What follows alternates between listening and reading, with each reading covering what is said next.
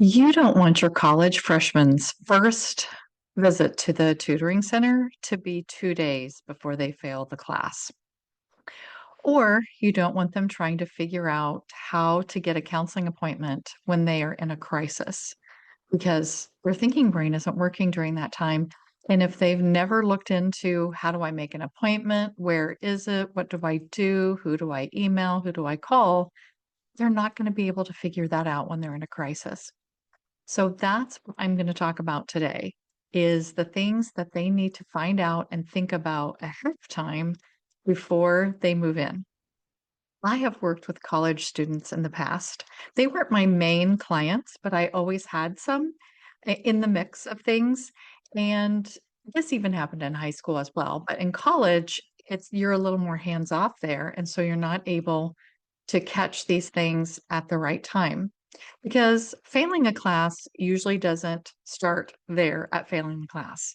It probably started with maybe they missed a class, or maybe they've been going, but they just don't understand what's happening in the class.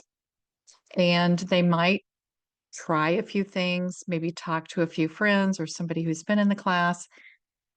And then maybe it just becomes so overwhelming that they start not going to class because it's just so overwhelming to go there or to think about it.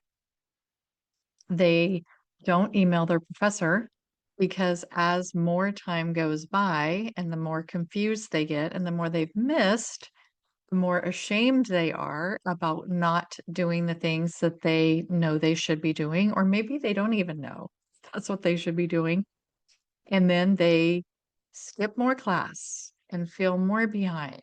And maybe it starts spreading to other classes as they feel overwhelmed, behind, not good enough, not smart enough. Maybe they shouldn't be there. And then the parent later, much later, gets that late night phone call that says, oh my gosh, I'm all messed up and I don't know what to do. And then at that point, they're asking you to change it or fix it or do something about it. And so talking about these things ahead of time will help, like creating a plan ahead of time so that you know what should you do in these situations. How should you approach it? How should they approach it? And I created a worksheet that they can fill out that helps them to know what are these things I need to know ahead of time, and even has little sentence starters for how you start a conversation with the professor. How do you start a conversation with the counseling center? How do you start a conversation with the tutoring center? So all of these things will be helpful to them. And I called it before you call home. So these are all the things that they should be thinking about and doing before they call home. But in case you don't get that worksheet or don't know, I want to talk to you about it today. The first weeks of college are so important. And this actually, I think, can be each year they need to be thinking about some of these things because maybe one year feels different than another year, but definitely their first year of college because it's a whole new way of doing school. College is just set up differently than high school is, and they have a lot more free time in between classes, in between the times that they need to turn in their homework. It's just different than what they had experienced before. They have more freedom to do the things that they want to do. They don't have to do what people are telling them to do. There's not as many expectations about going to class, or teachers aren't reminding them about what they need to be doing. Their sleeping and eating routines are different probably than what they were before, again, because they can go to bed when they want to, they can get up when they want to. There's nobody telling them what to do. There's not a lot of structure at all, other than what they're creating for themselves, which, if they don't know how to do that, that is going to be difficult. They're gonna experience loneliness and homesickness because all of their friends did not go with them. I mean, sometimes some of the friends do, but not all of them. Maybe they're leaving even a romantic partner at home in their old town, or they just miss that people know them. That was something that I missed when I went to college because I grew up in a small town and everybody knew me and I enjoyed being somebody that was known, and then all of a sudden Nobody knows who I am, and that was hard for me. It was like an identity shift that I didn't expect to happen or even think about. There could be roommate challenges. I know when I first moved to the dorm, I didn't even have a chance to not get along with her. She wanted to be with her friends so badly that she just stayed in their room every night, so I didn't ever really get to know her. And then as soon as she was able to switch to the other room to be with her friends, she did. And so for a short time, I was by myself, which was fine because um, all I wanted to do was call my boyfriend on the phone and talk to him. So I didn't care that I didn't have a roommate for, that period of time. And I didn't give myself a chance to even be lonely. I was definitely homesick because my boyfriend was back home. That's who I was calling all the time. But I wasn't lonely there because I just filled up my lonely time with talking to him on the phone or writing him letters because this was before all the other ways to communicate with people. And then the second roommate I got, I actually really liked, and she and I were fine and got along, but she wasn't there very often either. So that's probably why we didn't have a lot of roommate challenges because we just didn't spend that much time together. But a lot of my clients and a lot of just kids that I talk to and my own daughter had roommate problems. There's just so many different things that can happen. People just have different personalities and different values of when they want to go to sleep or how much quiet time they need. And there's just so many things to navigate that kids don't think about. There's just different academic pressure. Just it feels different. Like sometimes I actually thought college was easier academically than high school was for some reason. I'm not really sure. I think part of it was because I wanted to be in college and I didn't want to be in high school. So that probably made a difference. But I really don't think that the work was actually that much different, but for some kids it could be. And so that's another thing that they're navigating. And just all the responsibilities of laundry and when you're going to go home and when you're going to stay and creating boundaries with people about how often you're going to go out and how much time you're going to spend on video games. And I mean, just like so many things, like everything is thrown at you at the same time. And so even if your young person at home was thriving amazingly and doing everything that they were supposed to do and always turning everything in, and you were just like, this kid has got it figured out. It's very possible that when they go to college, that won't be the case anymore, maybe just for a short period of time. I'm not saying that there's going to be problems, but I think that you need to expect that it's very possible that all of these changes are going to throw them at least somewhat. And so definitely talking about it ahead of time and making sure that they have plans in place about what they're going to do when those things do feel funny or when they feel like they're getting overwhelmed. There's a lot of places on campus that kids need to know about ahead of time because all of them are places that you would go after some things maybe not going the way you would like them to. And once we start getting anxious or worried or panicked about our grades or mental health or our physical health, part of our brain is shutting down. That problem solving, learning, decision making part of our brain. And so we need to do some stuff ahead of time to make sure that we know where certain areas are. And I think the main ones are your academic advisor. Sometimes that person has been the one that helped you create your schedule in the first place, but sometimes maybe a certain part of the school has different advisors. You just need to know, who do I go to if I have questions about my schedule or classes or dropping or adding and those kinds of things. And where is that office located? What are the hours of that office? How do I get an appointment to talk to somebody? All of those things you need to think about. How do I go about getting an appointment with my academic advisor? And then the tutoring or academic support center. Where is that located on the campus? What are the hours of that? How do I get tutoring? Most of the time, the tutoring center can be open till later, 9 or 10 o'clock at night, depending on who's there, who's available to be a tutor or what they do. And are there certain subject areas at certain times?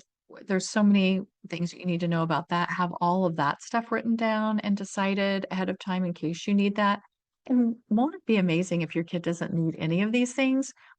Be prepared, be proactive about finding out these things so that no matter what happens, they're ready to go.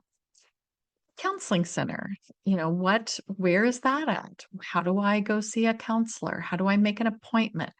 Is there a wait list? If there is a wait list, what do I do if I'm in a crisis? What are all the things that go into getting an appointment with the counseling center?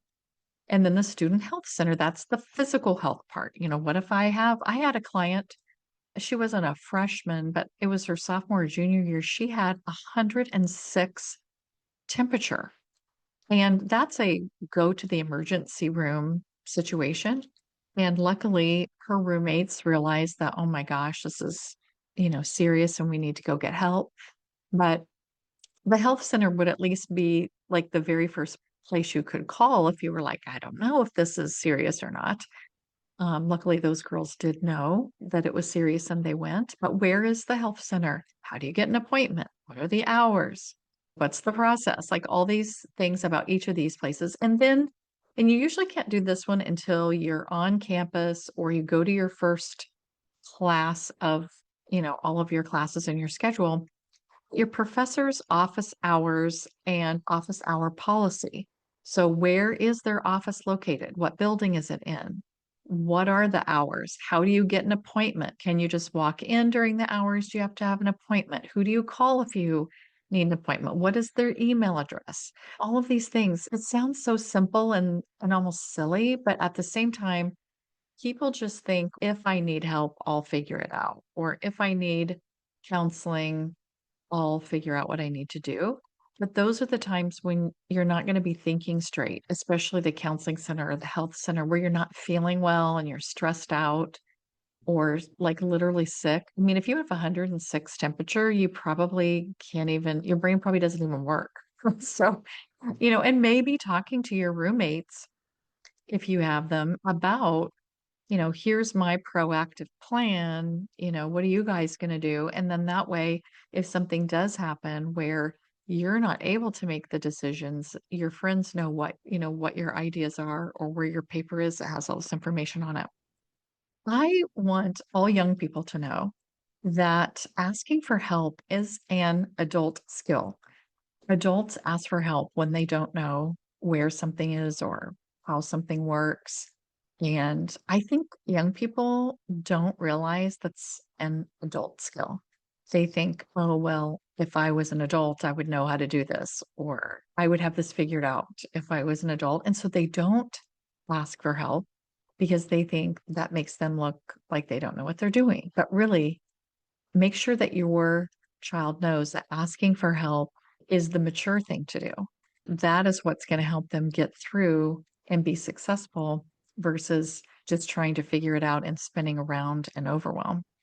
I think a lot of times too, young people don't realize how serious the problem is at the beginning. Like getting confused early on in the class. They're like, oh, well, I'll just figure it out, or I'll ask my friend, or I don't want to bother anyone. And the earlier you can ask for help when you don't understand what's going on, the easier and faster you're going to get through that time. And maybe you won't need help again. Or even if you do, learning how to ask for help, it gets easier on how to ask for help the next time. And if you've already been through the procedure with that professor already, then you can just easily jump back into that if you're needing help on another section of what you're doing. In my before you call home worksheet, it gives some sentence starters on how to talk to different offices and people on the campus. Saying something like, I'm struggling with this assignment. Can you help me understand the next step? Or I think I'm beginning to fall behind. What support is available?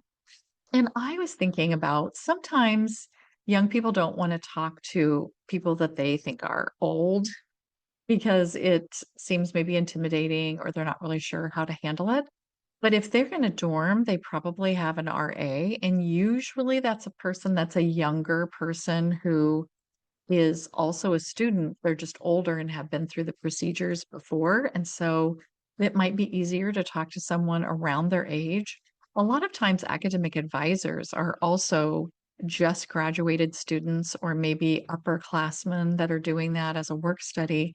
And they might be easier, they might feel like they're easier to approach than someone who's the professor or somebody who's more in a leadership position.